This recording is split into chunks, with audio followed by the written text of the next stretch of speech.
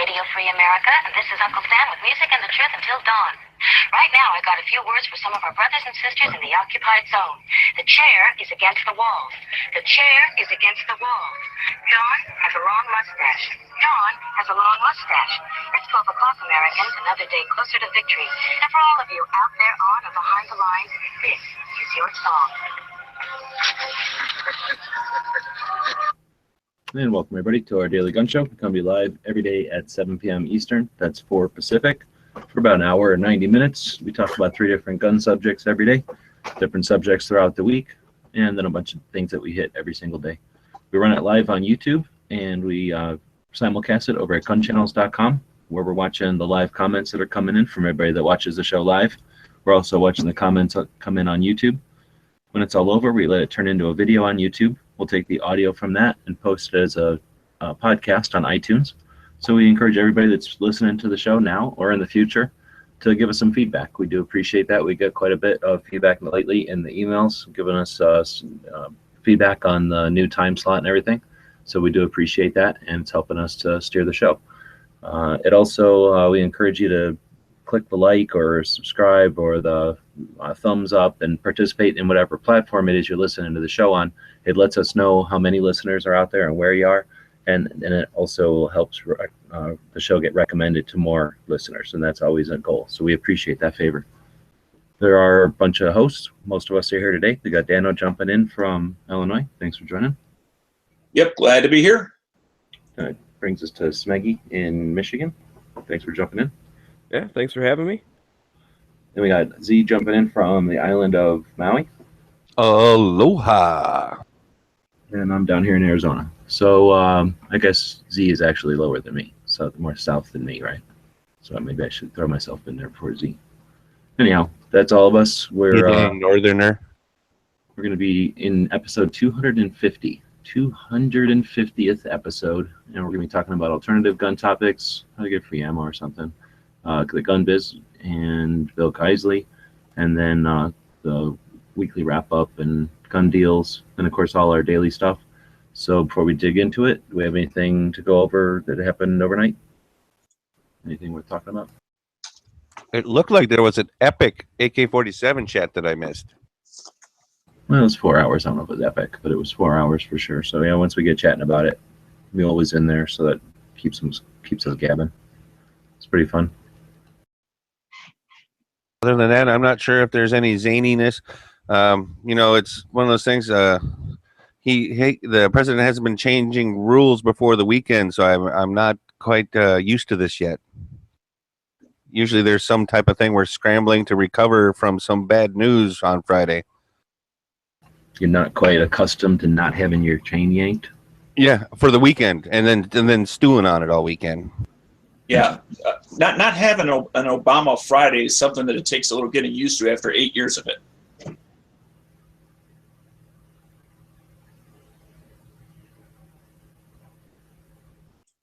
And on that note, all right, well, I guess that was about it. So we'll dig into the show. So alternative gun topics.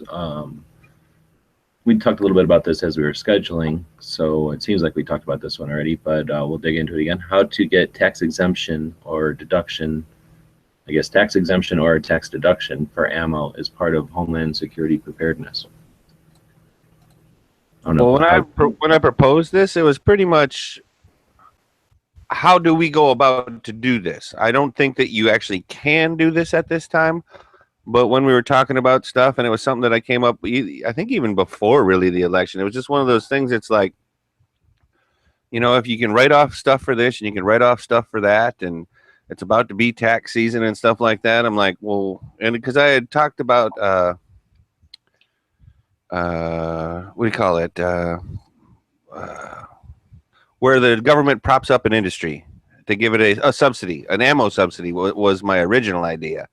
But I don't really think that, you know, that's fiscally responsible, so to speak. Whereas I do think that there, you know, why can't there be a rule, a law, or something where it says that, you know, X% of your ammo purchases through a year, like as long as they're in a Would you say a military caliber? Would you have to say that?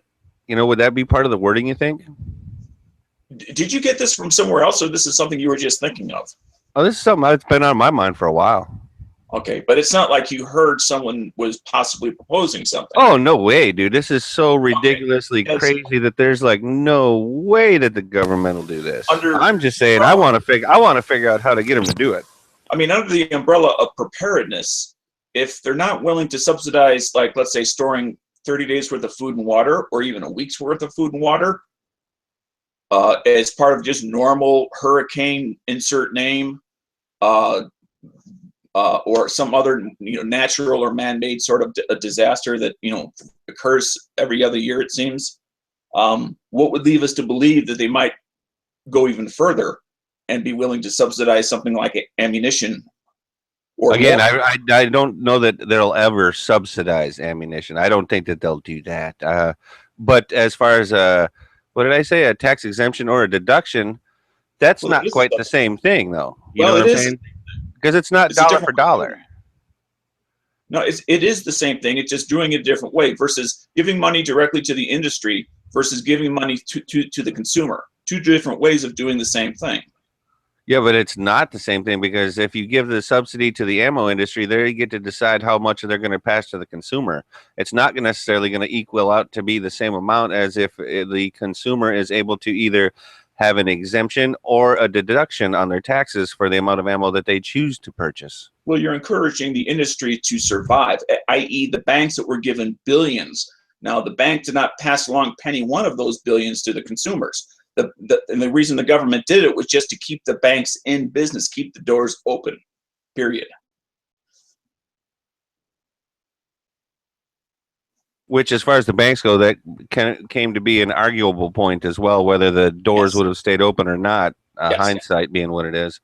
But now let's get down to it, though, fellas. Do you think that there is a way to convince our representatives, or would it be a state thing? Like Dana was talking about, is it going to be something that will be FEMA approved or civil defense?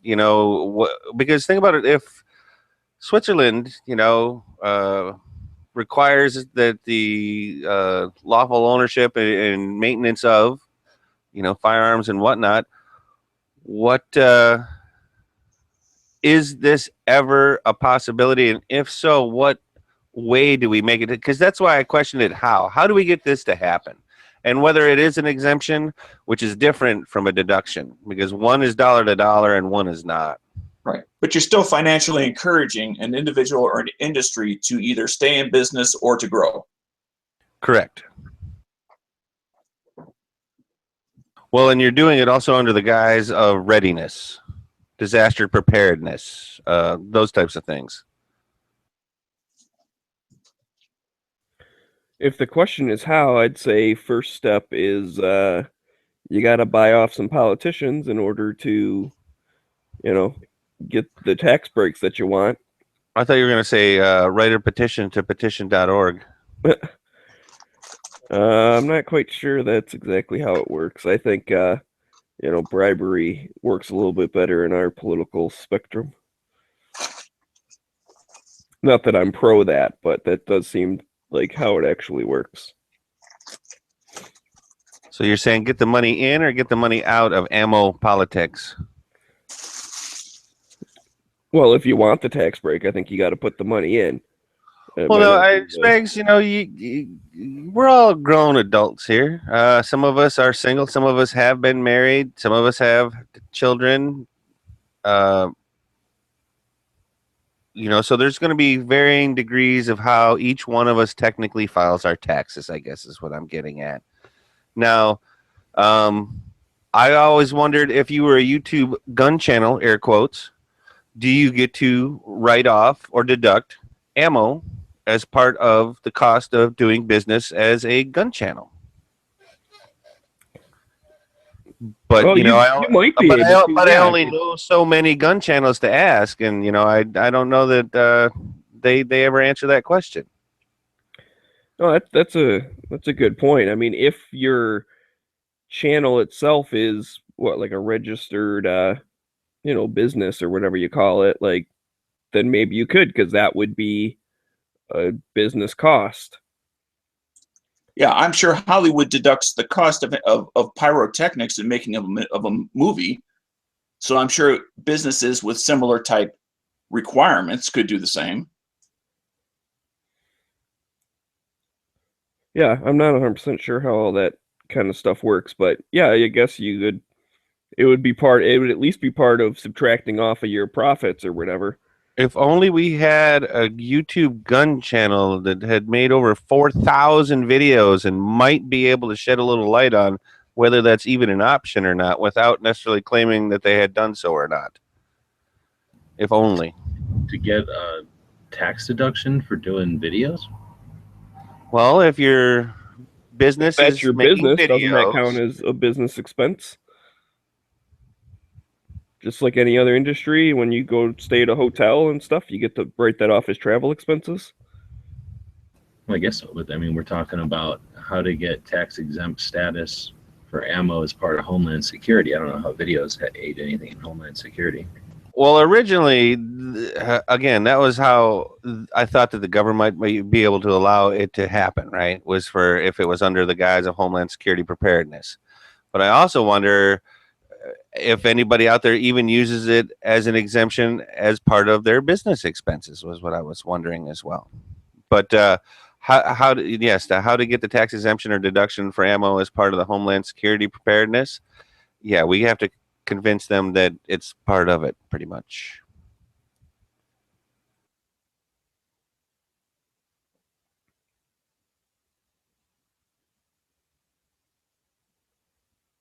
That's a lot of dead air for our podcast. So, I don't know, did Smeggy and Dano just chime in on this one then?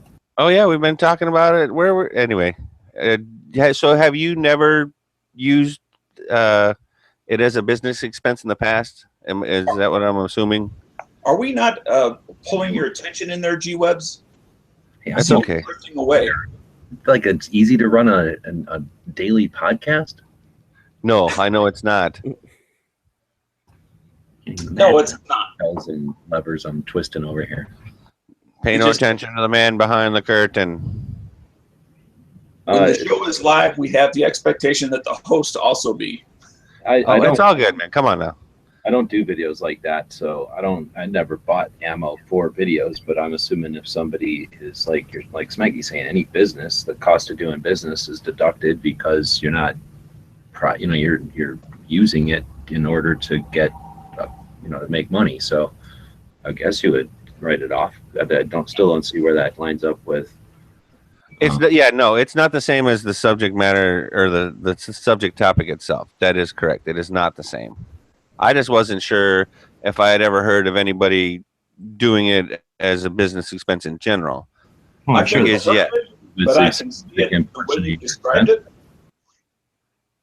That if your YouTube channel has crossed the line numerically from being a hobby that happens to bring in money to actually being a business with enough revenue to justify deductions, and that's something for an accountant or somebody who specializes in taxes to figure out where that line is, because there is no it's $350. So you're ignorant and you're deluding yourself if you think you can make more than $350 without the government wanting a chunk of it, because you can't make that amount of scratch without them wanting to know where it came from.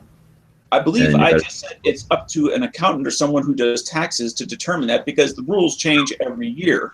I'm telling you right now, it's $350. I would assume that as soon as you're making any money, basically, you start putting some aside for paying taxes on that money you're making. Well, Right. I do, because I know I'm going to make more than the minimum requirement, but that minimum changes, and it also depends on your particular circumstances. But to say that it's going to be $350 every single year is kind of ridiculous. It changes every year. All right. All right. So, but it was to tax rates or something now. I understand we Okay, may disagree, and that's fine, but I'm just saying that the rules change every year, and that's why you should keep on top of it for those changes. all right. Yes or no? Going down the panel, starting with G-Webs. Is there a possibility to get the federal government to give us a tax exemption or deduction for ammo? Yes or no? I hope not. I would never encourage such a thing. It's your responsibility to provide your own ammo if you're part of the country. So no, I don't think the country has to provide it for you. Okay. No, I didn't say provide it. It's a deduction. It's not giving you anything. But anyway, you said no. Taking somebody else's money and then not taking as much of yours. I'm still buying it with my money, dude. Right. But I'm saying by getting a tax deduction, it's the government redistributing money, and I'm right. It's wealth redistribution. You're taking money from someone else to give it to someone else in the form of a tax deduction. Yeah. So I'd rather not see them have any influence in any of that, and I think we're better served when individuals go out and provide, do that on their own. Fair enough. Dano? I totally agree with G-Webs is once you understand what taxes really are, the redistribution of wealth, then that answers all your questions in regards to should we be taxed on something or not, and should we receive some sort of benefit as a result of those taxes or not. And Mr. Smeggy? I guess just to be different, I'll be selfish and say that, yeah, I want to be able to write it off my taxes. And I also will fall into that blissfully ignorant section, I guess, is what I'd like to call it. And I will say, yes, I would love to be able to figure out how to get an exemption or a deduction, which is never dollar for dollar, for ammo purchases under the like Homeland Security Preparedness Act or something to that effect. And using the one example I used earlier in regards to like for movies, which is obviously at one end of the scale, they certainly deduct all their pyrotechnics. That if you run a business that requires the use of ammunition, that is a business expense. But you better be willing and able to prove that it's a required expense. Which even on that, I'm going to kind of flip flop now, because I don't know why, if you run a business, you have a certain cost and you make a certain profit, or I say you make a certain revenue and then you subtract the two, hopefully you have profit. How come the government is responsible for helping you make more profit?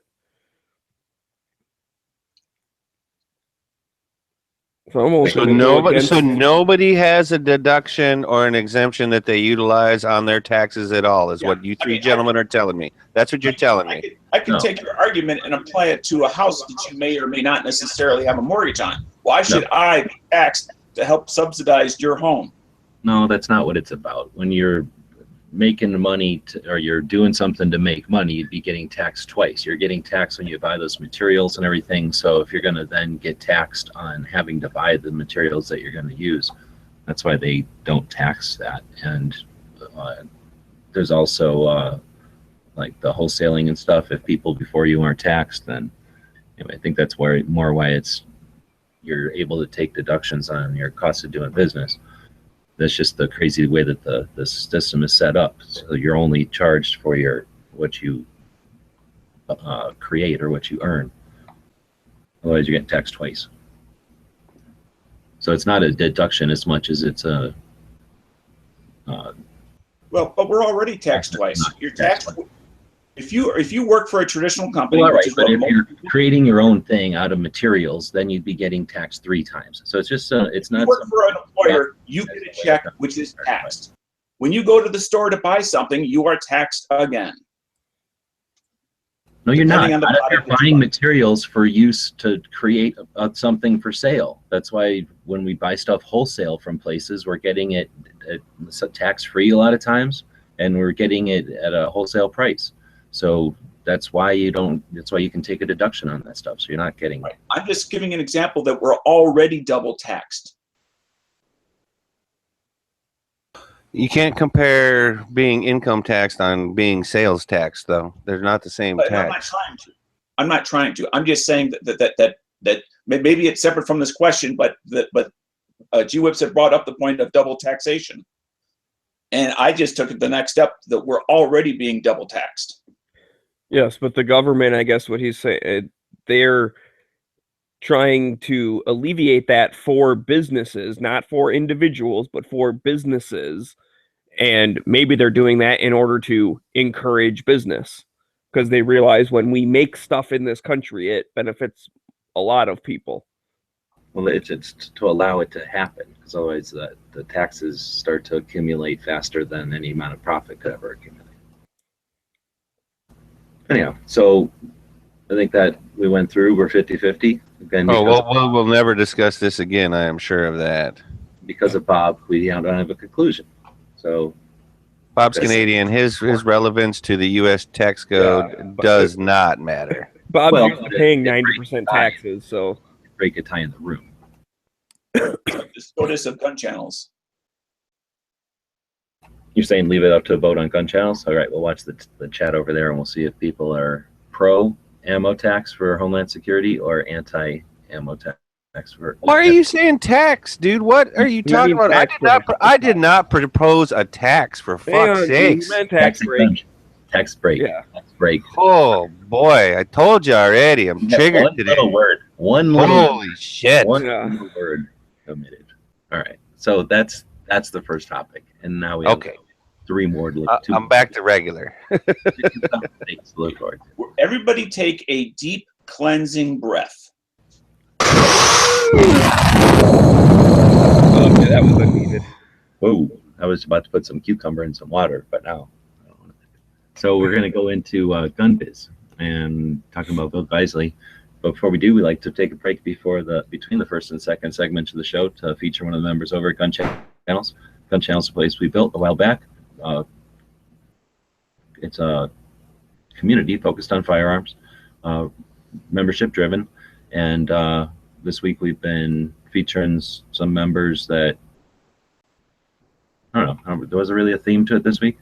Anyway, today it's KMAbeaver, and has been around in a while, but used to be a fixture of the late night chats.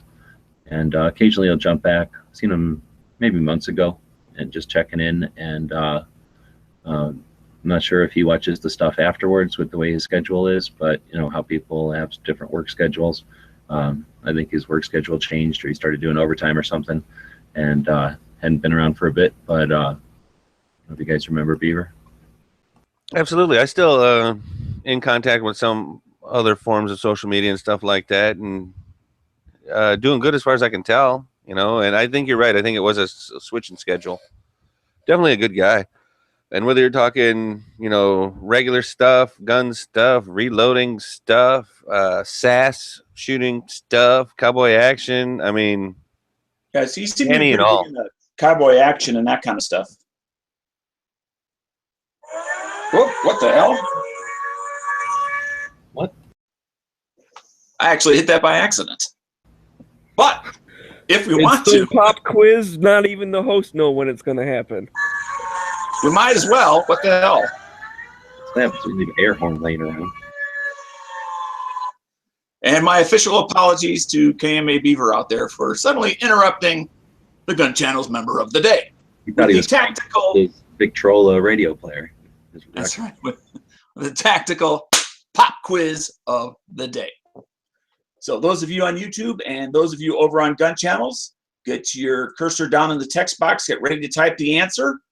And this one was emailed in from Angry American. So thank you, Angry. And has our official seen the answer as well as the question? Yep. All right. And the question from Angry is, and yes, he has a cited answer to it. Now we'll read it twice.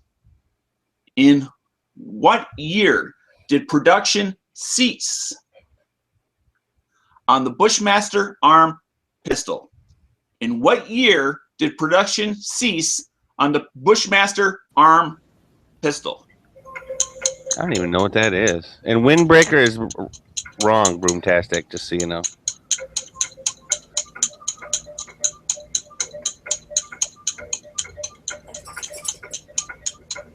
$1955 happens to be incorrect. 1989 happens to be incorrect. 79 happens to be incorrect according to our number. 90 happens to be incorrect according to our number. Wow, lots of 90s. Windbreaker, sorry, Robbie. 2007, incorrect. 2008, incorrect. 2010, incorrect. You just want me to say the numbers now. That's hilarious. 1990, again, we believe that number to be incorrect.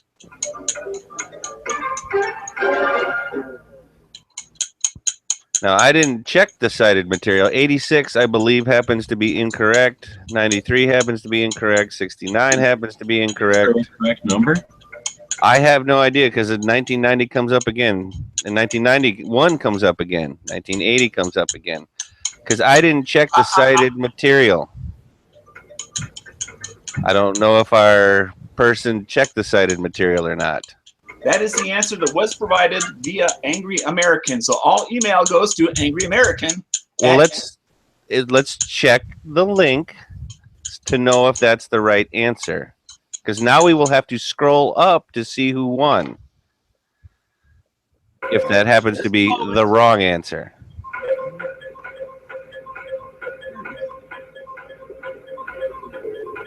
I have to go back to his email to get the link. Why doesn't somebody just put the right answer in here? Yeah. Put the right wrong answer in there, and then we'll be all set. Okay, it's my pop quiz. I'm giving 2 hints. It's not in the 2000s. It's in the 1980s. Night Strike got it already. When? Oh, he did. Oh, he did finally, yes. Congratulations, Night Strike, on a hard-fought battle. You are today's tactical pop quiz winner, according to Angry American, and he is such a fantastic contestant on this show, as well as several others who shall not be named because they haven't provided a tactical question for today. But thank you nonetheless. So head on over to dailygunshow.com/popquiz. Fill out the form, put your first, second, and third choices down there. And thank you once again, and congratulations, Night Strike. I will definitely give the congratulations to Night Strike. He is the Tactical Pop Quiz hot shot for today. I will have to wonder, though, if we have properly vetted these illegal questions for the Daily Pop Quiz, though, if they've been vetted enough. I think so we will look into that. We might need to build a wall. We would have also accepted 1980 Cheesedale. Cheesedale, yes.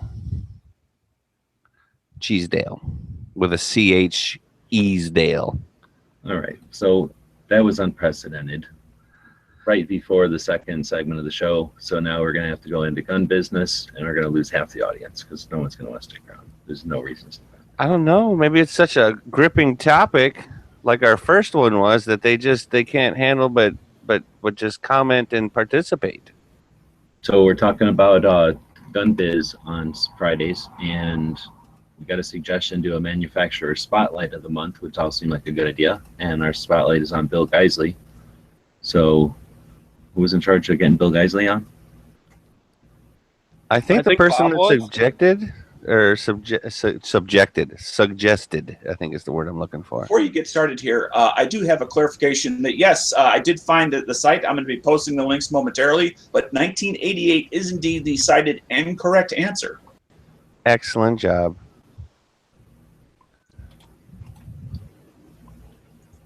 But back to Bill Giessele. Never met the guy. I think that's not the same answer for some of the people here, though. Yeah, I've met him before. Well, really what was your impression? Seems like a nice guy. Oh, then there you go. What do you think of his products? I've shot him. I don't own anything, though. I can't afford them. Did he innovate the gun manufacturing or accessory business in any way that is something that changed the game, so to speak?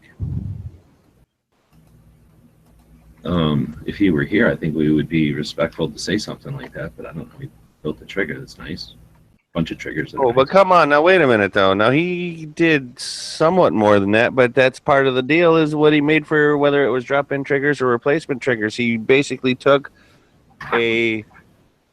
what would have probably started out as a mil-spec trigger and improved upon it or refined it. Would you agree with that? Yeah, definitely. It's a nice trigger, and it works well, and it seems pretty strong. Excellent. Car Carrier out there does stipulate that all his Giessele gear is awesome. which is awesome, which is cool. Well, and I know it's kind of an offshoot or whatever, but ALG has something to do with Giessele, and they're very nice triggers at a much more affordable price. So if you don't want the $200 like match trigger, you get the $60 enhanced combat trigger, and that's definitely worth it. And that's something that I wanted to go to is what Smeggy's is talking about. Like, you know, with the advent of the shooting sports gaining in popularity nationwide, whether we're talking 3-gun or some of the other stuff, where those shooters wanted a better than mil-spec trigger or, you know, lighter pull or crisper, or, you know, whatever it is that they wanted different from a mil-spec trigger. This happened to be something where it maintains a certain level of consistency across the board, where if you're taking it to your gunsmith, technically each gunsmith may do it in a different way or different parts or whatnot, whereas this Mr. Giessele is something that is way more consistent at a higher level of performance. Yes?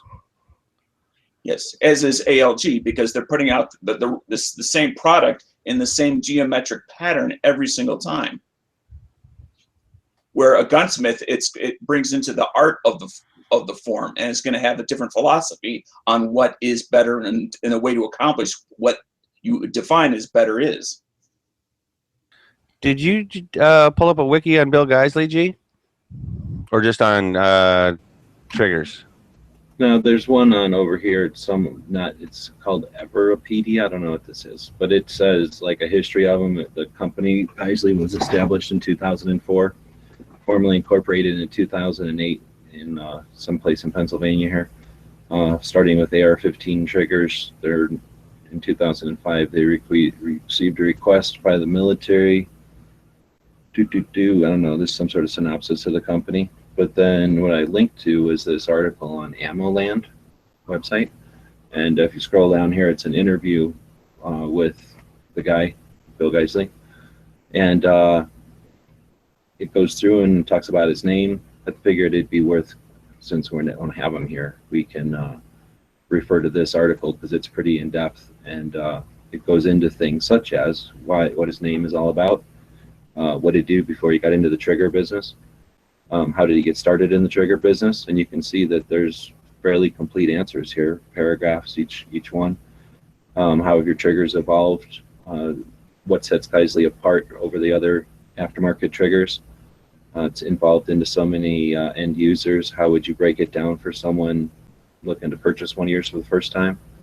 Someone who's never used a custom trigger on an AR, what would you explain as a difference? What are the benefits of a custom versus a trigger job?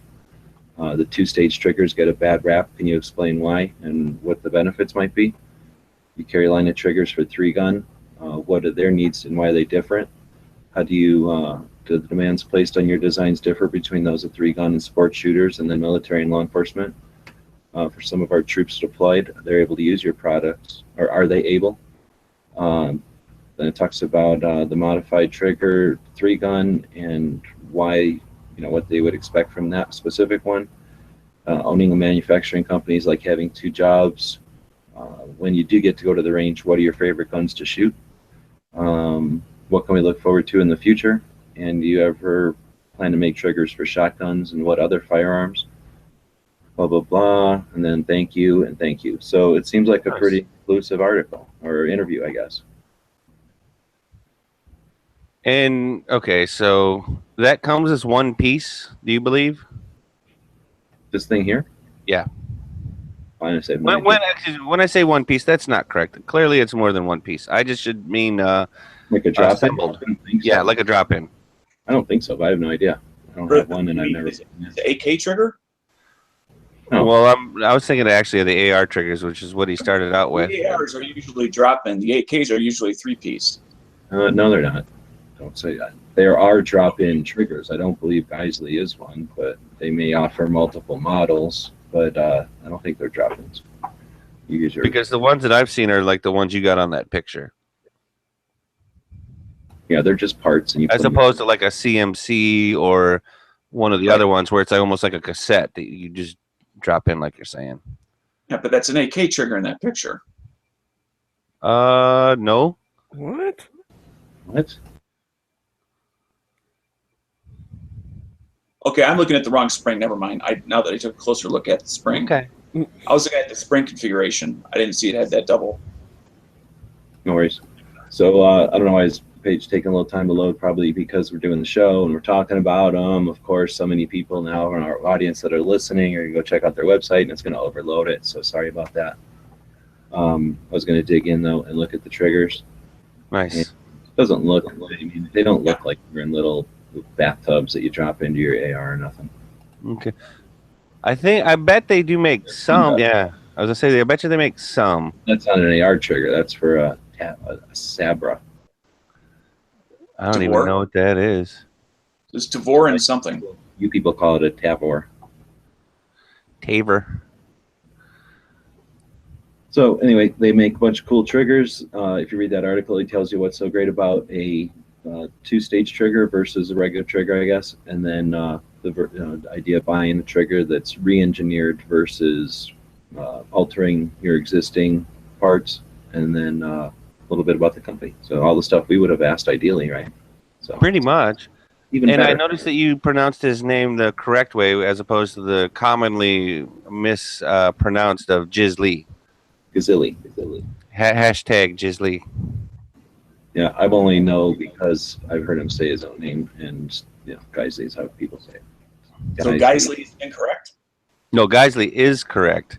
Okay, I was 'cause that's- saying he pronounced it the correct way as opposed to the common mispronounced way, which was Giessele, which is actually a joke that probably half of the audience is going to get and the other half of the audience No, is not maybe going I to just understand don't what know. Firepower Unlimited is all about. maybe I don't get out enough, but I've not heard it pronounced in that other way. But maybe that's because I deal with an older group. Yep. Versus the porn group. Well, it wasn't a porn, but anyway. You talking about flipping? Oh, come on. I'm talking about fuck long. Anyhow, so I think that was our in-depth. I mean, that's even better than having someone on as a special guest, really. When you think about it. Yeah, just linking to an interview someone else did. I mean, that's like you can't. That's We should have given the top-notch answers, reporting. though. We should have given the answers, though. Yeah. A summary of the answers would have been nice. Just a collective, not all of them. Just a I was the top debating having Smeggy or Dano play the role of Bill Giessele, and then Z and I could alter the role of the interviewer, and then Yep. it would like a real debate. But then I think a lot of people would listen to that and think that we were trying to scam them. If I was going to be Walter Cronkite, who were you going to be, G-Webs? Pierce Morgan. Really? Oh, that would have been a brutal interview. That would have been. We would have crushed them. Pierce Morgan. 1776 will commence again. Frickin' limey. Oh no, that was Alex. Yeah, that was Alex. That I would take on the role of Alex Jones. I mean, my sore throat and stuffed up sinuses. I think I might sound like him. Yeah. Well, okay. So, as a manufacturer of the month for the gun business, we just did Bill Giessele. We talked about Bill Giessele products. We With all put a that couple of links out there. With all that said, let me also not preface it anymore, I guess, but conclude with that would be the only thing besides stock triggers that I would run, because I have not really? seen it fail, and they are awesome. And if you don't know the difference, I could try to describe it to you, but I'm not good at it. I don't pay that much attention to triggers, but it's the difference between like an SKS and 870. I mean, it's not like it's a fine rifle trigger. It's not like it's the set trigger on like a quickly down under gun. It's not that, but it is way nicer than the kind of loose sloppy trigger that an AR normally has. And I don't really mind it, but a lot of people don't like it, and it is significantly nicer. So I guess it's the difference between like a Harbor Freight tool and some Craftsman or something. I mean, it is nicer, and it can make Snap on. Like let's go there. Harbor Freight and Snap on. Yeah, that's fine. So basically, And then ALG would be like the Ace brand. It's better than Harbor Freight, but not quite as good as Craftsman. yeah, they're basically the same. I don't know what the difference is. Maybe there's more differences than I'm aware of, but as far as their operation, they seem, like I say, a step above the standard and strong. Nice. Some of the other drop-ins I wouldn't even consider because they're fragile. Well, and I think I see what you're talking about. Some of those drop-in ones, the trigger itself, because if it's skeletonized or straight or whatever, it just looks like you break it putting your thumb with a glove in there sometimes. Or excuse me, not your thumb, your trigger finger. My bad. You probably shouldn't be putting your thumb in a glove in your trigger guard anyway. I mean, unless that's all you got left, I guess. Yeah, let's not digit shame or digitist. Yep. Whatever it takes to make it work. All right, so that's the gun business. And did I cut you off there? Were you concluding it with something? No, I'm all good. I definitely would like to try either some ALG or Giessele trigger on a couple of my rifles. I've definitely heard nothing but positive stuff out of them. And in a market now where there are tons and tons of aftermarket triggers, for whether we're talking binary triggers, two-stage triggers, competition triggers, buffed up mil-spec triggers. The one consistent thing that I have heard is that Giessele triggers are pretty much the bomb. Now, I do have a ALG trigger on my AK, and I do like it a lot. But my only comparison is to the other mil standard, if there was such a thing as mil standard, on my AKs. But I definitely like it a lot.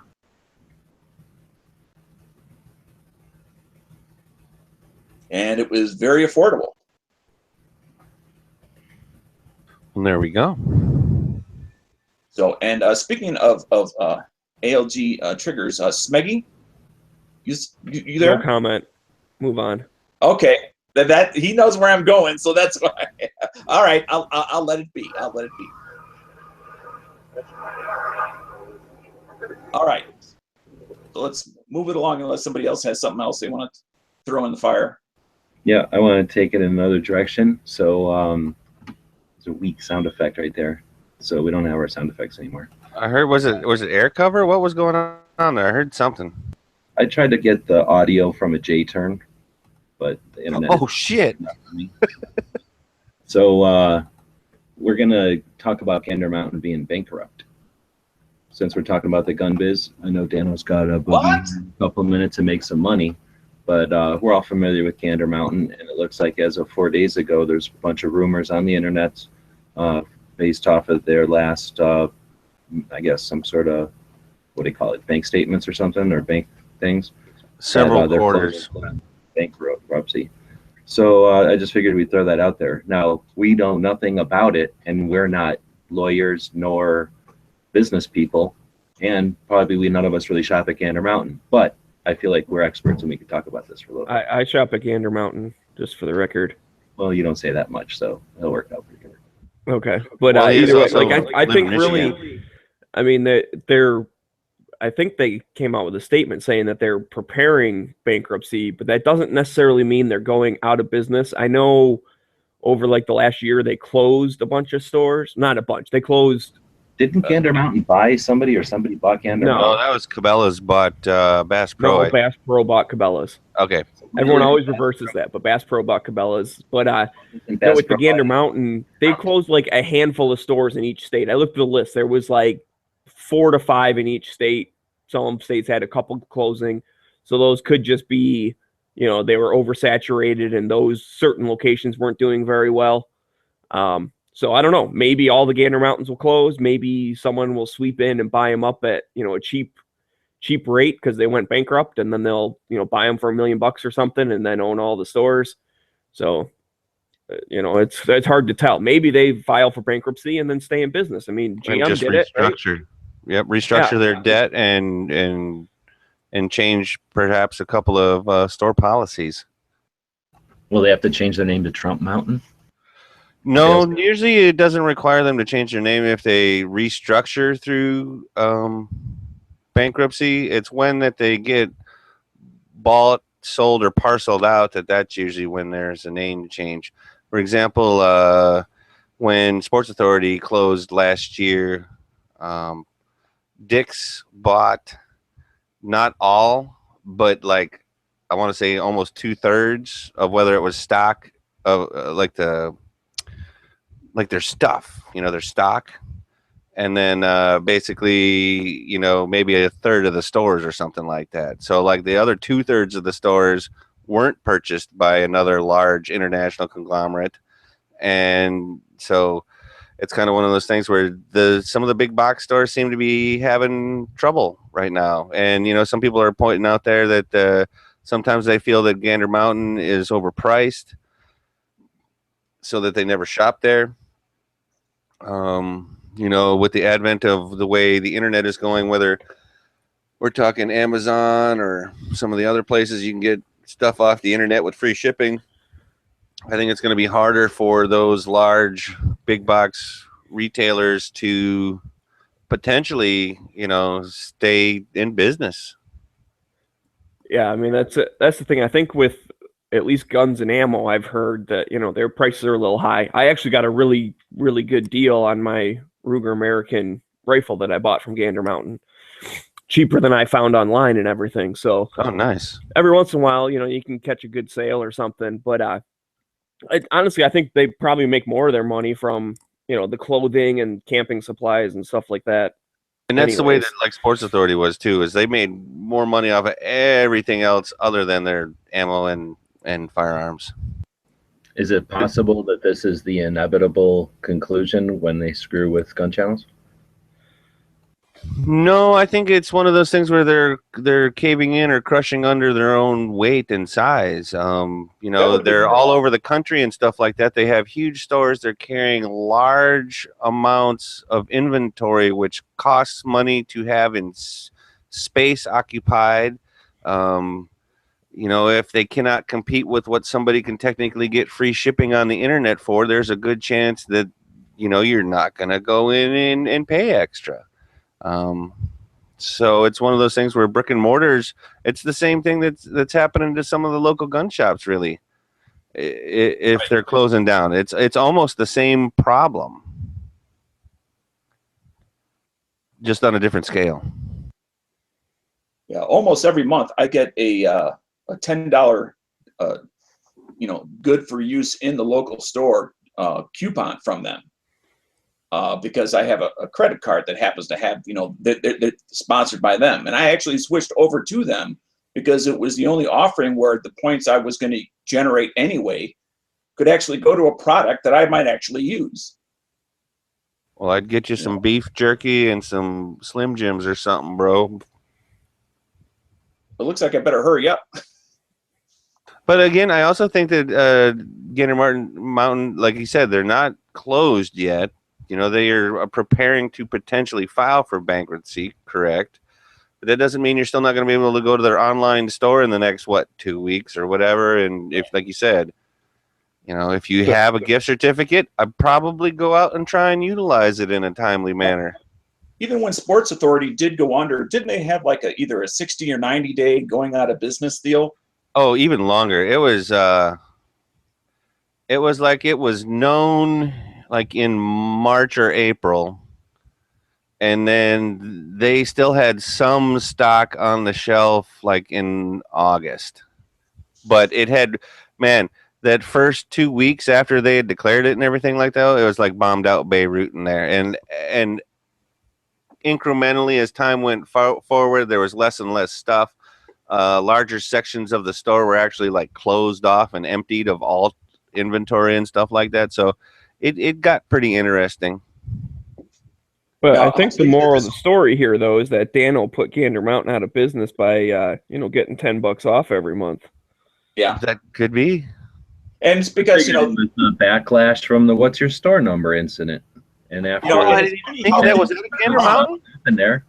Yes, it was a Gander Mountain that individual was working at and complaining about live on air. When I asked him, "Oh, and by the way, what's your store number?" he answered it. Someone heard it out in the internet, and he got fired. Wow. I didn't realize that Dano was the cause of the downfall of Gander Mountain, so dude. I guess, Dano is the Gander Mountain expert. He is the Gander Mountain Slayer. Wow. But that's another story for those who aren't necessarily original GC. members. As far as when we hear us maybe say, and what's your store number? That's what it all goes to, is Gander Mountain. OGGC? Yep. And somebody that lost their job because I asked a question in jest that they thought was a serious question, so they answered. Well, let's also be honest in that clearly it wasn't necessarily because you asked them the store number that they got fired either. Let's be true on that. It happened to be more what that person said necessarily than the question you had asked them. Yes. Which was an ammo question, bringing it back to why we're all here. Oh, wait a minute. Let's also agree on the fact that there was somebody out there that was so irritated by this that they literally did call the store number to get this dude fired. Let's also not forget that portion of it, that there is or was somebody out there with that level of, I'm going to do it.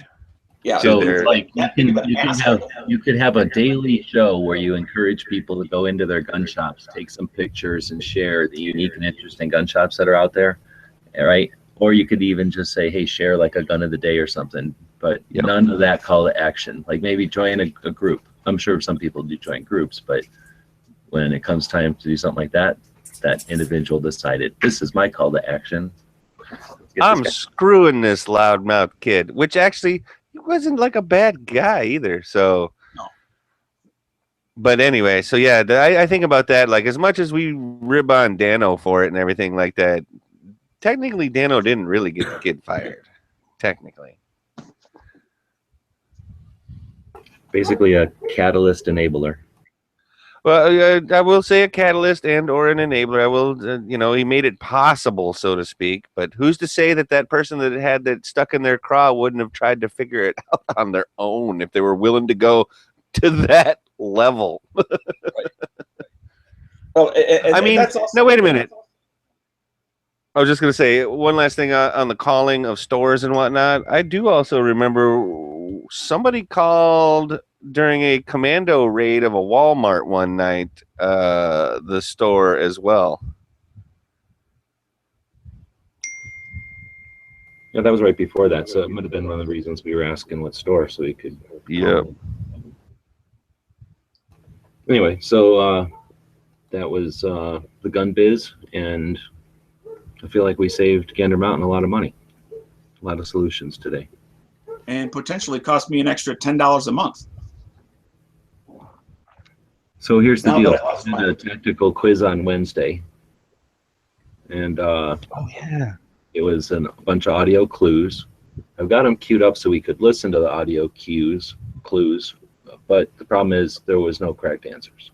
There were a couple of attempts, but there was no correct answers. So the question told you they were tough, dude. So we're supposed to just give things away. We're supposed to just. Nope. I agree with you on that, 5. So I think I would have got 2. Come on, people. What's that? I was gonna say I knew 4 out of the 5. So how do these other people not know? Were there at least like people got some of the people correct, just no one got all 5 correct? Correct. That happened. And we were giving some hints. Like I think on the second one, I said like what did I say? I said something about it, like some kind of pit bull or something like the nicest pit bull you'll ever meet or something like that. And I think on the number 4 guy, I think I said something along the lines of, he's definitely a guy you want to have on your side or something like that. And then I kind of got scoldings for giving hints, but apparently it didn't matter. Which is also the word apparently, when spoken in the way that Z just said, is another old school. Oh, geez, let's not start this one. Which goes back to an incident that I shall not name the specifics of, but is another thing related to old school gun channels. Is this gun channel's flashback day? Flashback Friday? Flashback I think Friday. So. And anybody who denies it simply doesn't know or is not living in reality. Apparently. For those of us in reality, there were a few correct answers. The closest had 4 out of the 5. Nice. So do we just give it to somebody for being second place? Or no. Just surprised? Or No, because you even said, dude, it's a different patch panel and everything for the tactical quiz. Like, you made a big deal out of that. Like, But we it's just- special. So we just declare no winners for the tactical quiz this week, and we move along. Well, do you want to play them again though? I'd be interested to see people play along in the chat. And How about this, G? You give them a chance in the chats right now. If anybody can come up with the 5 correct answers by the end of the show, they can win. That means we What got do to you go think? check email again. It means we got to go check email. Yeah, and who's Oh. going to be checking all those? No. emails? I'm not saying email baloney, none of that. I'm saying they type it in the chat. Your time for emailing is done. You should have done that on Wednesday or Thursday. It's Friday, bro. Okay. So you got to check both chats for the rest of the show. I'll keep an eye on it, man. Okay. Because All you know right, I got. here's the I'll be Here's the taking deal. out. Ain't nobody gonna get it. Ain't nobody gonna get it. Are we playing them again then, or are we just going on? I say we play them one more, just once even. Just once. Yeah. Go ahead. Play it once.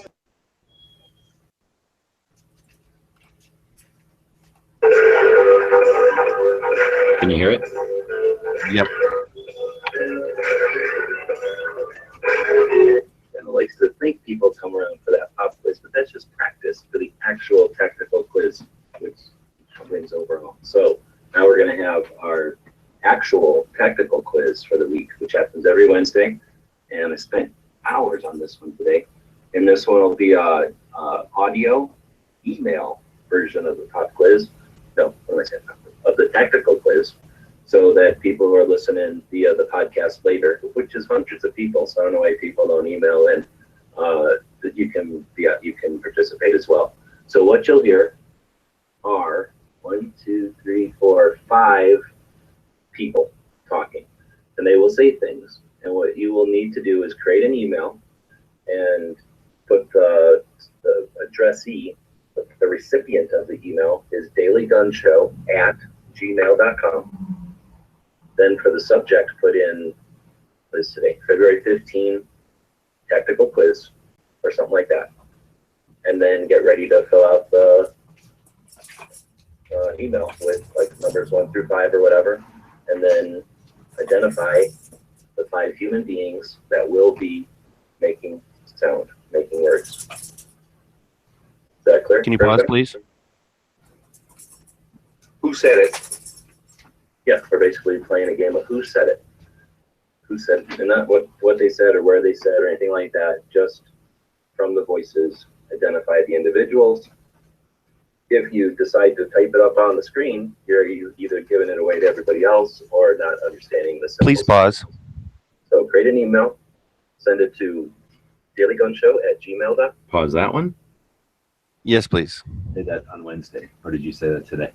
No, I'm just saying right now, please pause for a second so that we can reiterate to our audience. You are not emailing. You're typing it in the chat. You are typing all 5 names at one time. You're not typing one name, one name, one name, one name. You get an answer, and it has 5 people's names. Thank you. Okay, I'm gonna hit the button again. So that was Z talking today on Friday, not on Wednesday. And this is me talking on Friday and not on Wednesday. Now it'll be back to us talking on Wednesday, not on Friday. Then the subject is February 15th, tactical quiz, number 1 through 5. And this will be the first human being to identify. Hold on one second, please pause. Just to double check. Real person or character name? Human beings, not none of that weird stuff. Human beings. Okay, so the human being's name. Yep. And that is contrary to what Mr. Pondering just put. So I have to turn it up really loud so that you can hear the thing, and then I'm sure it's going to give feedback when you guys say stuff, so that's what I'm trying to. Okay, so I'm hitting the button for the first one. Number 1. There's one thing I've learned about the gun debate in America is that anti-gun politicians are nothing more than political predators. They prey on the ignorance of people who don't follow the gun debate. When President Obama says this, violent felons find the exact It's not this guy. We all know who he is. That's not this guy. No question about it. He's not talking to me or anyone who knows the actual gun buying process. He's talking to people who have never thought about the gun debate a day in their life. People who wouldn't know how to buy a gun at a gun store, much less how to buy a gun online. biggest mistake made by people who oppose anti-gun politicians like President Obama is thinking that they're stupid. You don't get to these positions by being stupid. President Obama is consistently praised for his speaking ability. He knows exactly what he's saying and not saying. Instead of being more precise with his language and say a violent felon can buy a gun he saw online in a face-to-face transaction with a private seller without a background check, he deceptively leaves those keywords out. Now, that was the first one. And now we will go to the. That's a meatball. You saying that's too easy? I'm saying that's right over home plate. No, I like it. That's good. I like it. Number 2. Well, it's really kind of easy. I guess there's two things, though.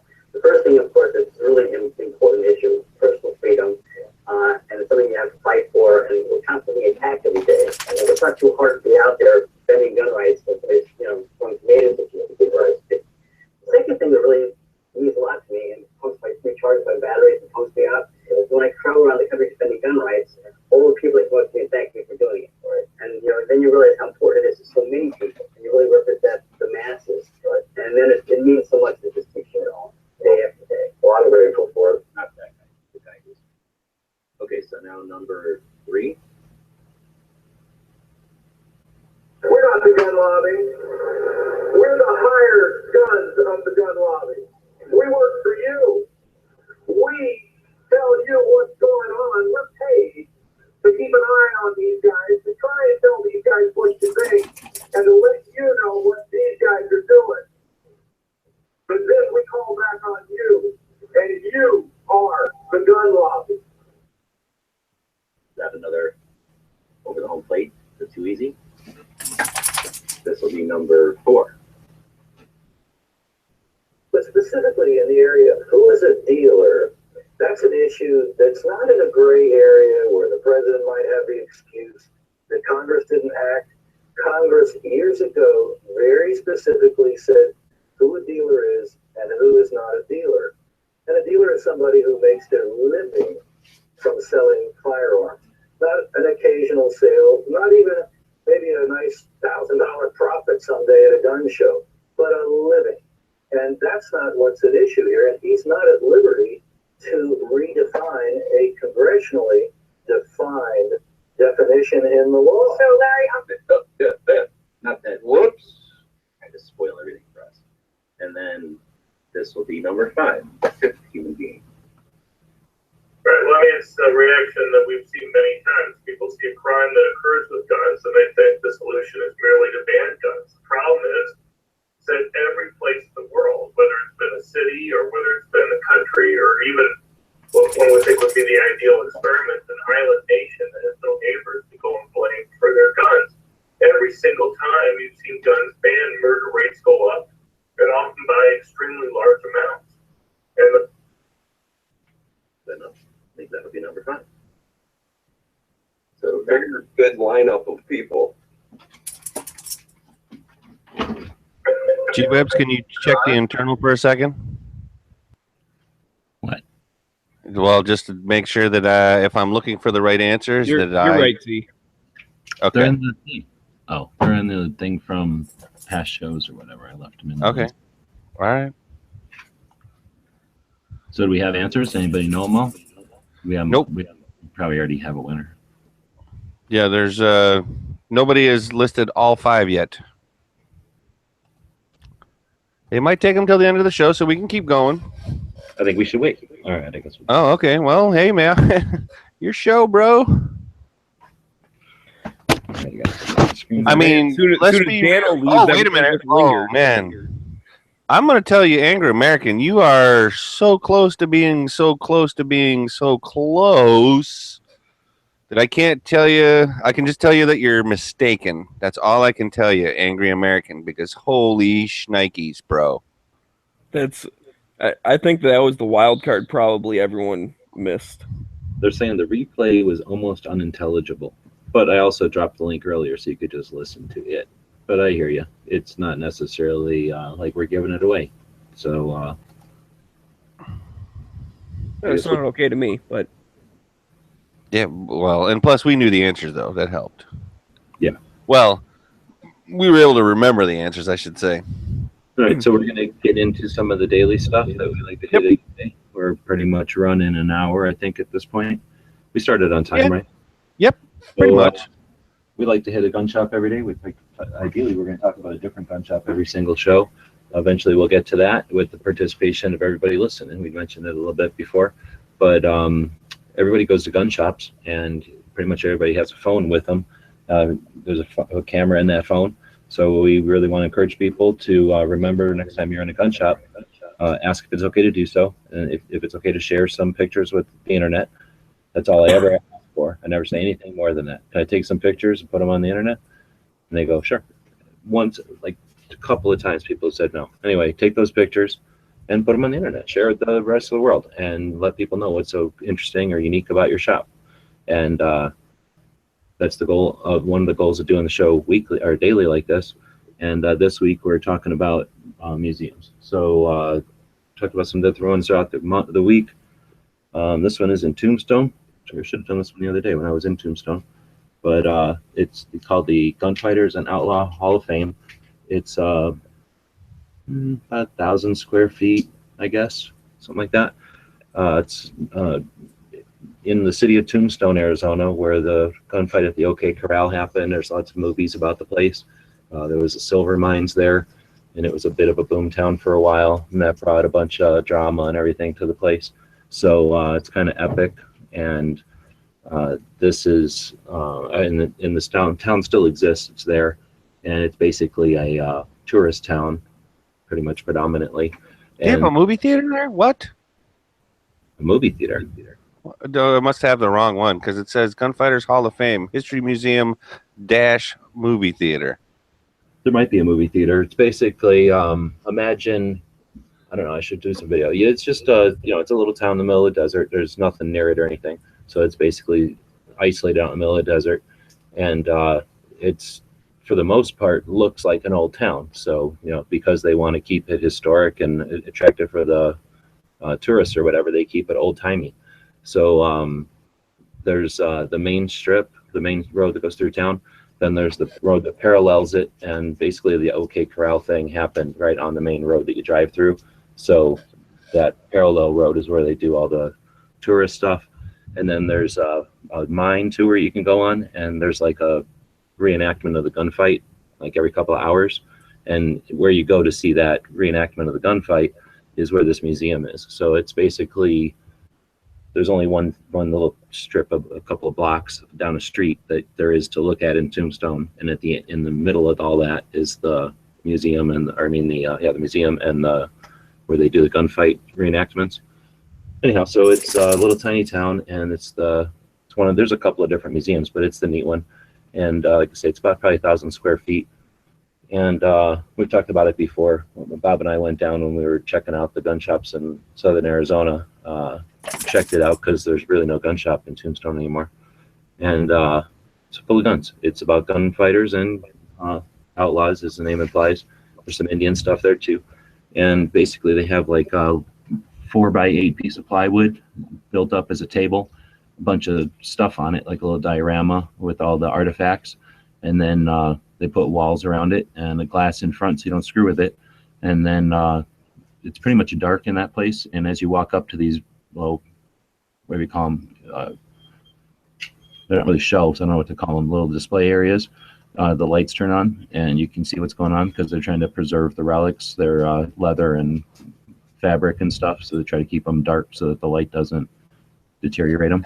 Yep. So it's kind of cool. There's a lot of actual relics there, people's guns. I mean, people that were famous didn't just have a set of guns. They had different guns throughout their lives. So most of the guns, they would explain which ones they were. His last set, his first set, a set he used one time here or this or that. And then sometimes it's like, they use stuff like this. But really neat. And the way it's set up, you learn a lot. You hear about all these different gunfighters and stuff, but the way that their museum is set up, you sort of get an eye, kind of putting them in a timeline or kind of putting them in relation to each other. It gives you a little way to organize all the names that you hear all the time. So anyway, pretty cool little place. And I think it was like $5 or $12. It was enough that I almost thought twice because I'm pretty cheap, and it might have been like $12 to go in. So I think it was worth it after all. And because well, at least we went there when it wasn't busy. I imagine if it was busy and you were just kind of shuffling through elbow to elbow and you didn't have time to really look, it might be annoying. But when we were there, almost had the place to ourselves, the guy who was running the place, had time to shoot the shit and tell us stuff, and so that part of it was definitely worth whatever it cost to get in. I did share the Facebook link for the place, and it does, as you scroll down their page or whatever, you will see some of the pictures of the displays that G-Webs is talking about, and it does look like a pretty cool little place to go to. And I mean, and if you're already going to be in Tombstone, why wouldn't you go to it? You know what I mean? Like, if you're already there, why wouldn't you spend the time to go? Oh no, I would say, as a person who lives here, I was just at Tombstone yesterday or whatever. Yeah, yesterday, right? That it is definitely one of the places. Oh, excellent. Go in Tombstone for sure. Where's the pictures at? Oh yeah, down here. Yeah, you just scroll down a little bit, and there's pictures all over the place. Okay, so that's what I'm saying. They're basically like a 4x8 little cubby. I don't know what you call them. And like a shadow box or a diorama almost. I mean, yeah, you can see how this stuff's set up, but not so like artsy that it's confusing, but enough stuff that you could sit there reading for a while.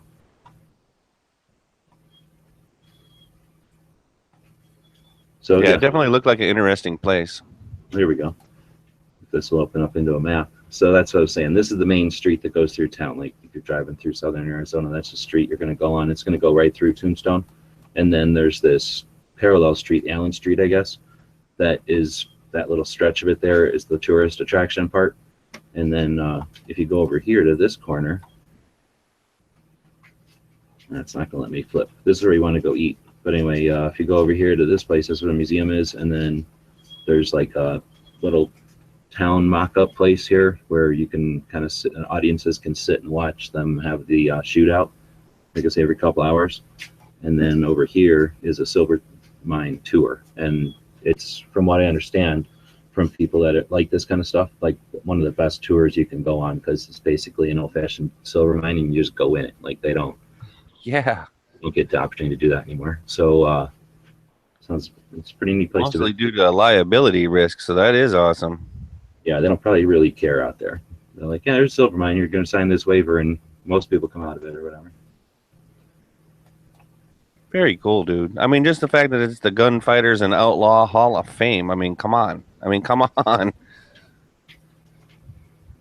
That's awesome. And I was actually down there talking to some people that live down there, and they give it a thumbs up. Like, they say it's one of the best museums, one of the better ones, best museums they've had in Tombstone. Well, and that says something too, though, if the locals are willing to refer to it too, you know. I was sneezing there. Best one now, one of the better ones over time. Like, there's not necessarily, there's been more than one museum over the years in Tombstone, and this is amongst the best of them.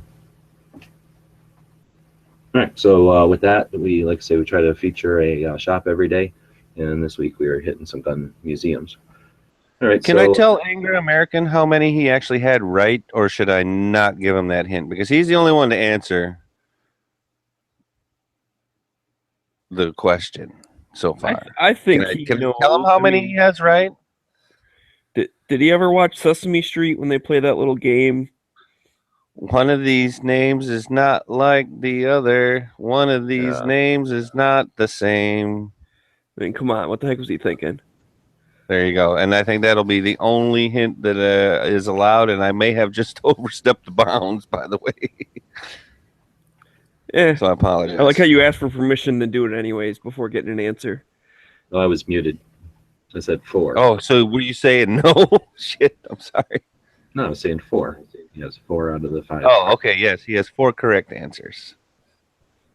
All right, but then you gave them an inappropriate clue, which makes me feel like you're in Angry's pocket. So we'll have to check bank accounts and stuff. This is going to take some real accounting effort.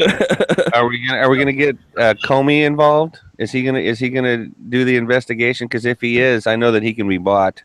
We got Trump on our side, and he ain't going to be bought. Have you seen my hands? They're huge. Huge.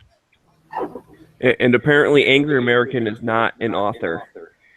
Yes. Just to lay that out there. There would seem to be a question we had in the chat. He hasn't been paid yet, so he doesn't think he's an author. Nice. All right, so then we will move along to the movie of the day. So I got to ask you, G, do you remember this movie? Barely. Thunderfoot. Was that a 20 millimeter in the schoolhouse? Oh no, I don't remember it anywhere near that much. I'm trying to remember if I even remember the movie. So we try to remember, or we try to. Jeff Bridges, Clint Eastwood, George Kennedy.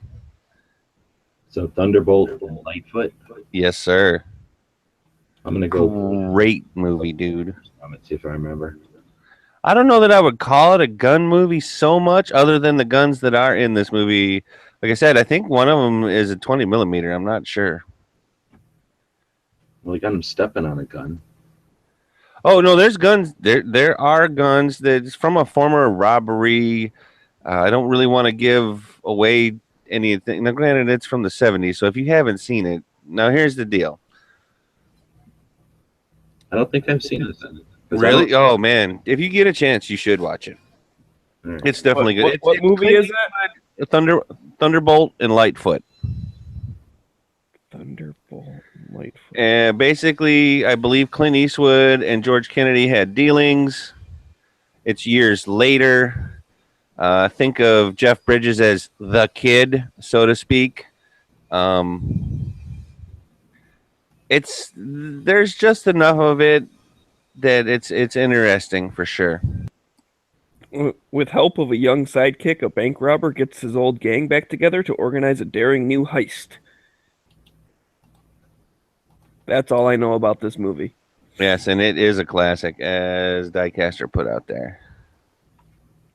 Well, for some reason, they don't have it on YouTube anymore.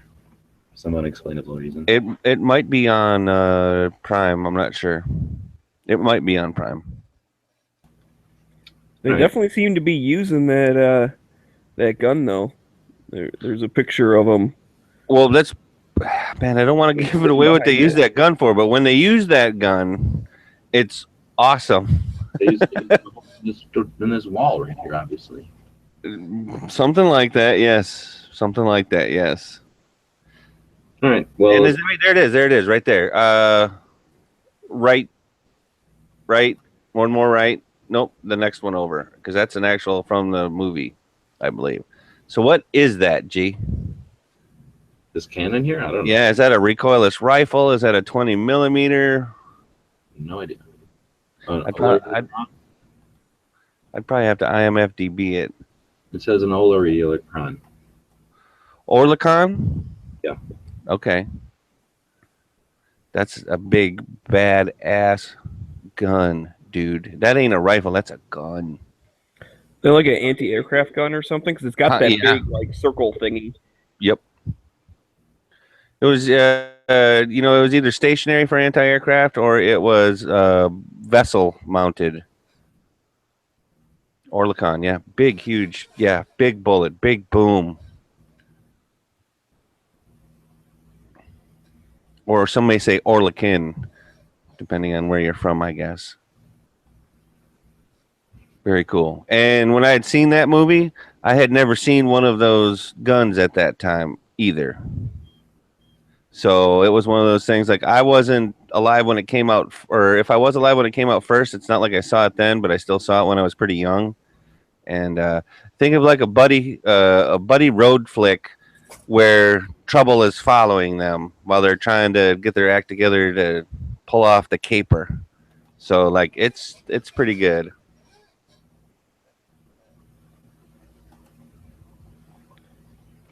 The man with Thunder. reputation, Lightfoot, a kid who's about to make a new one.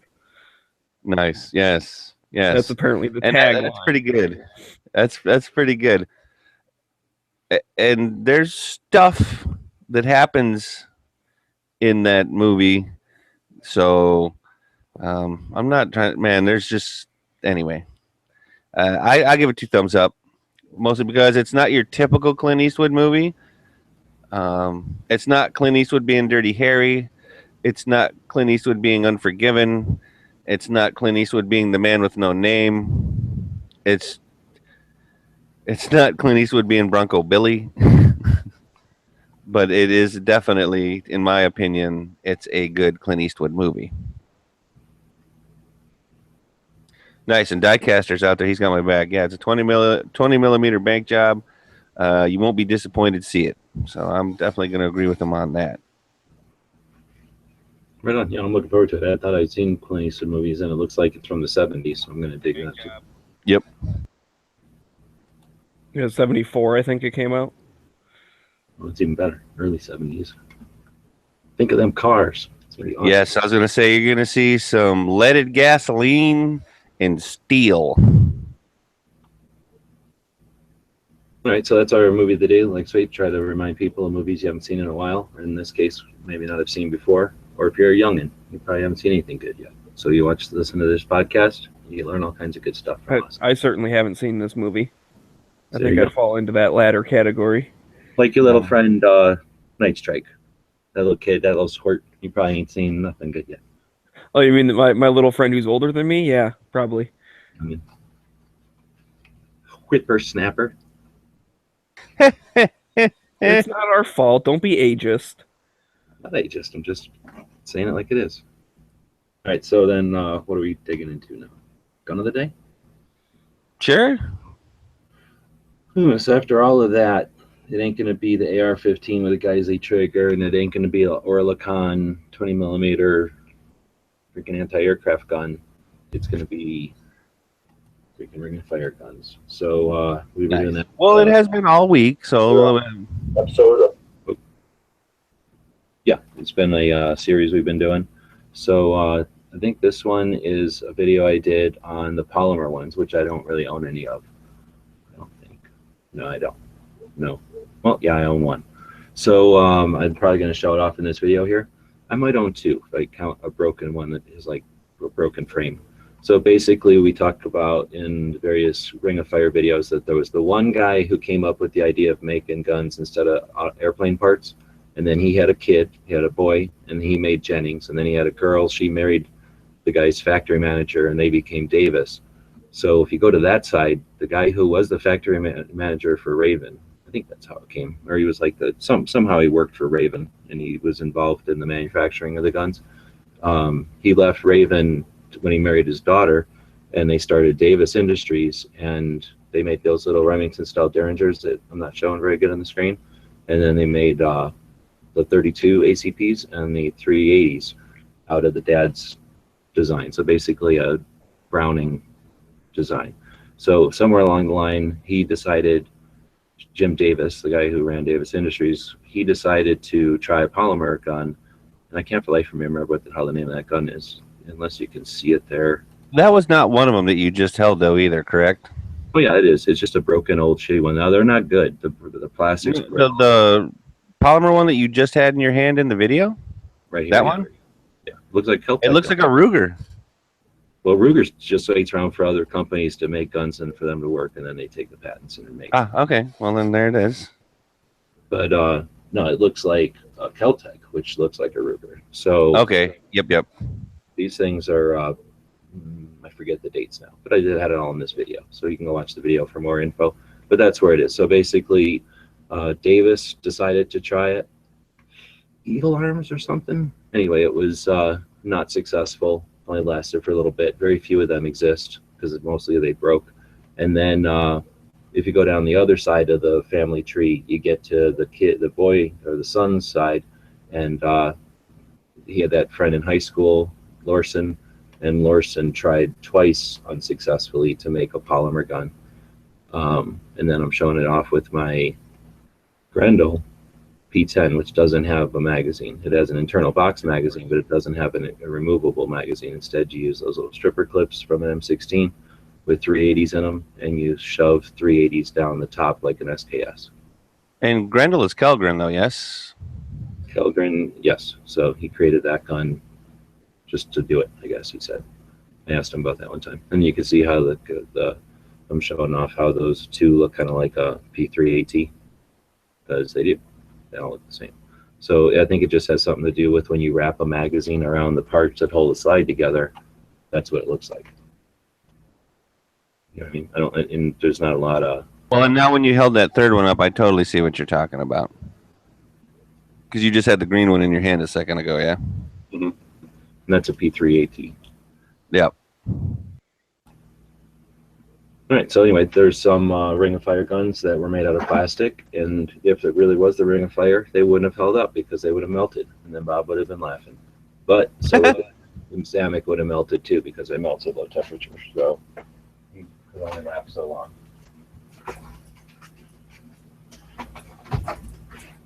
All right, the dog's Thanks done. for watching. Yeah. That was our gun of the day, and we hit a gun every day. If you'd like to suggest them, we do have an email address. It's dailygunshow@gmail.com. You can always write us with suggestions or, I don't know, funny anecdotes or ideas for the movie or the gun of the day or the gun shop or one of the other features that we hit every day. And apparently Dano has no problem in accepting quiz questions as well if you want to send those in. Just please do cite the answer. Apparently any answer. Cheesdale, whatever. Cheesdale. Well, to be fair, Angry did include a source that did say 88, so there you go. Oh yeah, no, he was correct. It's like we've become almost gun shy on poor Dano, and that's that's almost too bad. Well, suck it up, Buttercup. If you don't know the right answer, you can guess the wrong answer. There you go. Let's see. What do we got left? We got the healthy tip. We got gun channels today. Is that a gun history thing there? What do we got? We got a petition, repeal the NFA. I don't know why that's... You know what we don't got is any even attempts at an answer on the YouTube side. How embarrassing. I think they're afraid, dude. I think that's what it is. I just think that it was so tough that they just they just can't handle it. Here's the thing. If they went over to gun channels, they could see what the other guesses were, and they'd be almost all the way there. Yeah. Angry did most of the work for them. They just got to figure out some of the other stuff. Yeah. But we don't have an actual answer, so I think we will go ahead and allow it to be a non-answerable quiz. It's more fun than giving away stuff, I think.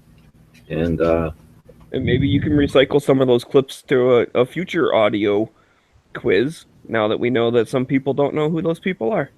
Yeah, and clearly we can stump the audience from time to time when they should know who some of those people are. Maybe it's time to recycle this audience and get ourselves a better one. A nicer Oh, no. I like our audience. Don't get me wrong. I mean, we got 30 people listening or whatever, or we did, till we started audience shaming. But yeah, I like our audience. Like, share, and subscribe, folks. Hey, maybe they got to realize they're expendable. We can. Audiences are dime a dozen. We can go get a whole nother one if we want one. Wow, must be Friday. All right. So, do we have gun history? What's all this over here? Man, it's the petition for the repeal the NFA thing. I don't know why we put it in here, because it's the 17th and it ends on the 19th. And since we're not going to be on, we wanted to make sure to let people know about it. Now, keep in mind, we scheduled this out a while ago. So when we scheduled it, it was probably sitting at like 6,000. So we figured we'd be, potentially just mentioning it like we're doing, or potentially urging people.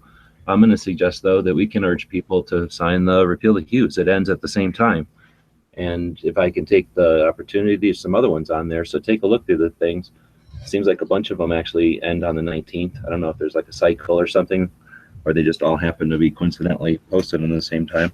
I think it's when they were posted to start with, I think.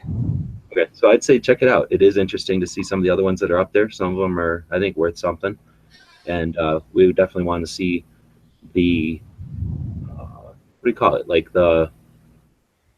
there's a sense of accomplishment or something, at least camaraderie to know that there's it's up to almost 300,000. Well, you're marshaling your resources or whatever, if you want to look at it that way. You're basically trying to come together to, again, it's not like we're all using one voice, but man, we're all trying to almost go in the same direction, even if we don't have the same destination.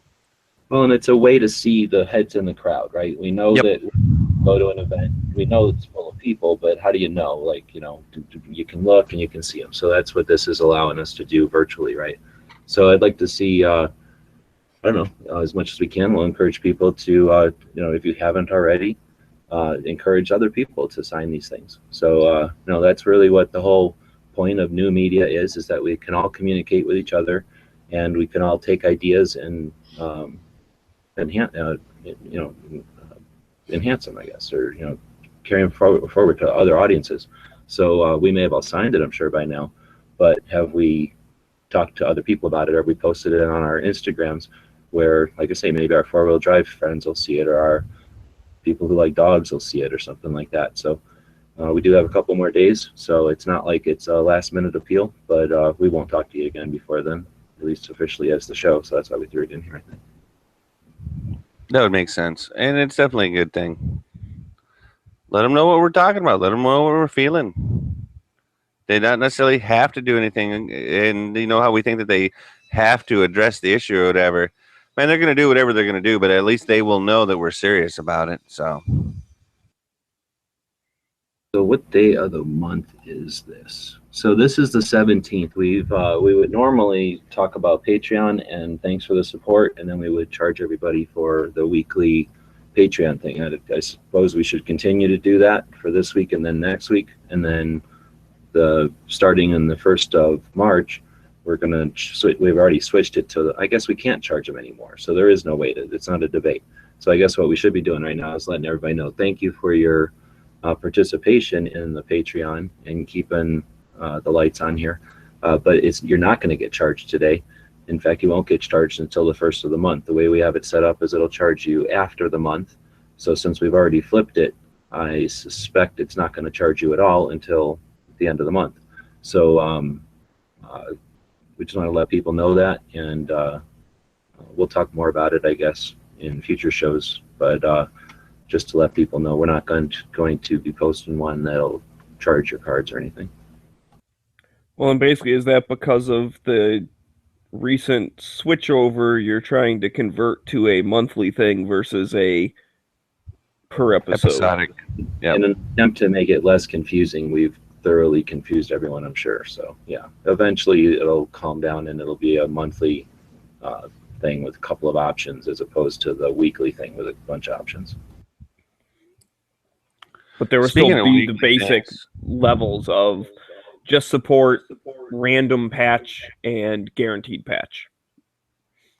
We still have the weekly wrap-up. We forgot about that as well. Yeah, I don't forget about it as much as it's a big piece, so I don't think we're going to be able to hit it, right? Well, what did we talk about this week, G? We talked about... What did we talk about? We talked about California compliant gun parts with the wrap around the pistol grip. We talked about... You just going from memory, or are you looking at the thing? No, I'm going from memory. I don't know where to look. Oh, past shows. Dirt. On Monday, we talked about cameras and that kind of thing. Then we talked about cameras. I don't even remember doing that. Then we talked about the minimum number of rounds. Oh, that's because I was sitting in the restaurant parking lot that day. We talked about the minimum number of rounds per caliber. Then we just, on Tuesday, we talked about the Second Amendment, the Hearing Safe Act, and if people should wait for it to pass or keep buying now. Or keep going, yeah. Then we talked about the pistol grip dealies for California compliance as a good idea, bad idea segment. Good idea, bad idea segment. We just went through the technical quiz again. Let's see, on Thursday we did, would this be, Thursday. Now this is all screwed up. No, we did Q&A. I looked at the wrong day. So Q&A on Tuesday. Then we did CCW on Wednesday with traveling while carrying a firearm, like businessmen. That was for business, as businessmen, yeah.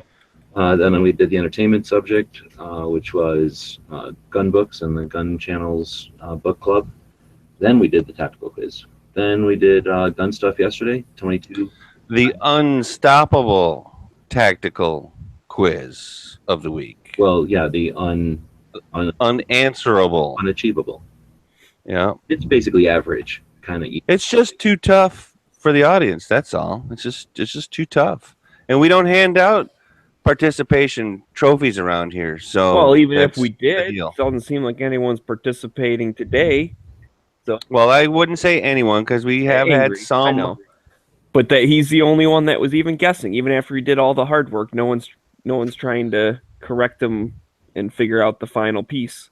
I mean, so basically, Angry, if we believed in entitlement around here, we would probably give you the win. But since we don't, I'm Suck it up, sorry. Buttercup. Yup. Now, you do have till the end of the show to get the 5 correct answers. Just saying. Show ain't over. We're only on what would you say, G? Wednesday on the weekly wrap-up? No, we're about to hit today. So we all we have left is training. We talked about body armor and training, and it's change it to training. And then we talked about the events. So that brings us to today, which I can tell you what we talked about today, but you just heard it. All right. Well, then I guess.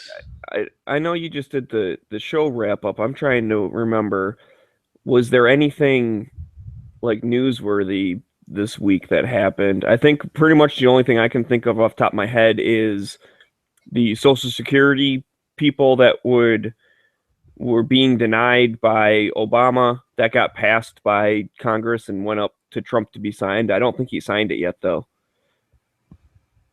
But as far as just 2A topics that happened this week, I think that's all I can think of off the top of my head. Yeah, I don't even know how many people actually passed their Senate confirmation either. I mean, as far as that kind of stuff goes. Yeah, I don't pay attention to that kind of stuff because I don't really know who all those people are, and I assume they're all insiders anyways. Well, and that's the thing. Yeah, you could tell me they're a great guy and a humanitarian. I couldn't tell you you're wrong. I just might not like the person. You never know. Well, let's see. Today being Friday, what do we got? We got gun channels today. We got we got the edge of the week holding it down, and other than that, AR build tonight with Dead Horse. There is an AR build tonight with him. Excellent. At the end of day's build, I'm just about to start posting some stuff here about it, and we'll be doing that live. Excellent. Excellent. Quality programming. I think we said 8. I forgot what time we said, so maybe he's out there telling them. And did you have a Skittles healthy tip of the day? Oh yeah, we have healthy tips. So remember, the most important part of the gun is part that pulls the trigger. And I'll flip back over to the right page here. And eating variety is the key. So eat the rainbow. So yeah, eating blue stuff and green stuff, which is gross, and purple stuff, which is pretty gross, is all important because those colors have the electrolytes that make a body grow. Oh, antioxidants, minerals, vitamins, all of the good stuff. Like, for example, G, where you're at, can you get like, we would call them Molokai sweet potatoes, but really they're Okinawan sweet potatoes. So, you know, it's like a yam, but it's not, because instead of being orange like a yam is, where it's really good for you, they're purple on the inside, and they are so good, dude. So good. Speaking of eating the rainbow. I'm sure I was forced to eat them at one point, but I can't remember eating sweet potatoes. I don't like them. I won't eat one. I've never ate one. And oh, that's a shame. Purple is usually in that category. I don't like beets or anything else. It's purple. Oh, beets are fantastic as well, especially pickled beets. Oh my goodness. No. Oh yeah. See, and that's the thing, man. You like some of this other crazy stuff, and I'm like, man. And then when I say something like that, you're like, no way. I'm like, dude, beets are good. No, I did go somewhere and got pickled beets, and I was like eating. I didn't know what they were, so I was eating them, and I was like, "Oh, these are good. What are these pickles?" And then like, "Oh, those are beets." And I didn't gag, and I kept eating them. So I guess I do like them. Okay, good. So there's a chance. Excellent. They taste like pickles. They're just gross looking. They look like leeches, but they taste like pickles. And I never seen a leech look that big, but I hear what you're saying. Well, these ones were. But the whole key to the healthy tip here is, man, whether you're talking fresh greens, you're talking fresh vegetables and fruits. That's the whole idea of eat the rainbow. It's. No, I seen a thing. I was gonna put it in as a healthy tip. I probably still will, but it says no.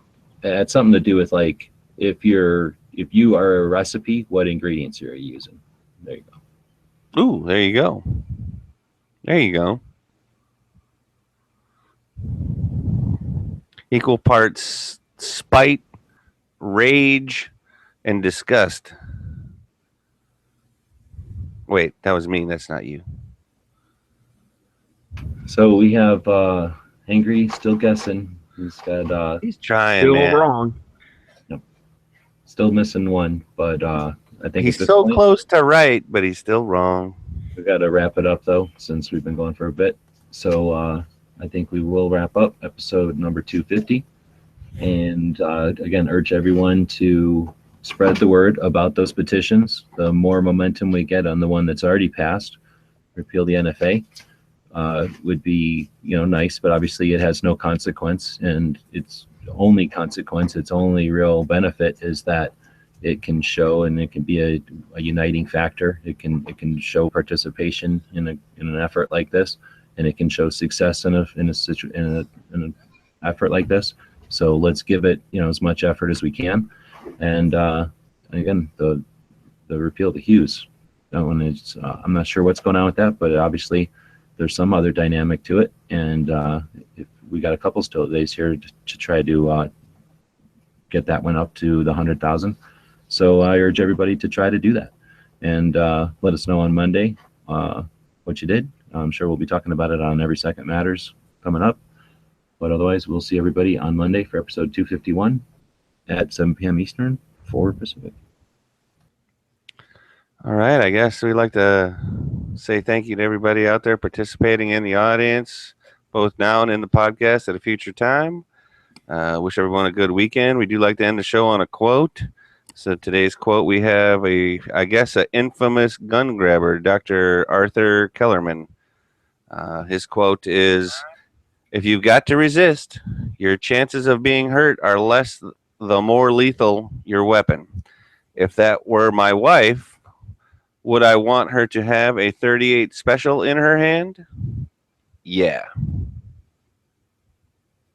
We kind of figured you'd have a quote from Larry Pratt. The guys and gals of gunwebsites.com encourage you to take a CCW class every year, practice at least once a month, and carry every day. Thanks for watching gunwebsites.com.